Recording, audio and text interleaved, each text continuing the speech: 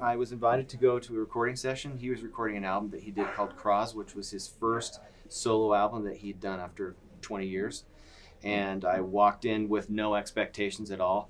To be honest, I wasn't a big fan of Crosby, Stills and Nash. They predated me. You know, I grew up in the 80s and 90s. The only thing I knew about David Crosby was that he played Tickles the Pirate in Hook, one of my favorite movies growing up. And of course, I knew some of the news headlines. I knew that he'd been in jail. So I walked in not really expecting a lot. You're really doing great. I know, I'm sorry.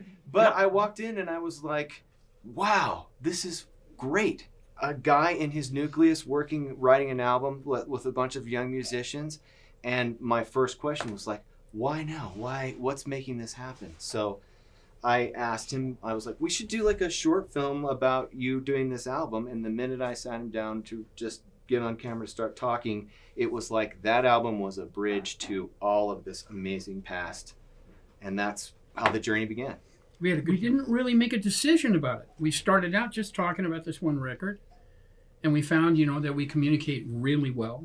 And then a thing happened. We ran into... David was the interview that I wanted to do as a young journalist. And when I finally was able to do it, because he didn't do interviews for a while, it was remarkable. It was like...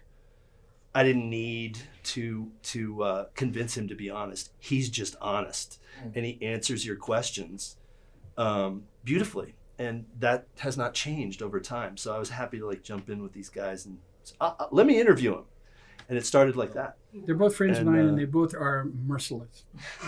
And we dug in deeper and deeper and deeper. If you look at the first series of interviews that we did with him, he's super well dressed and prepared.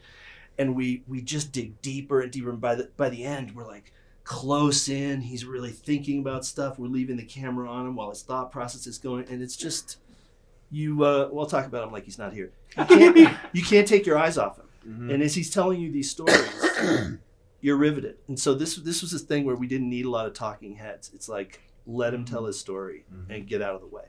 People make documentaries nowadays, man.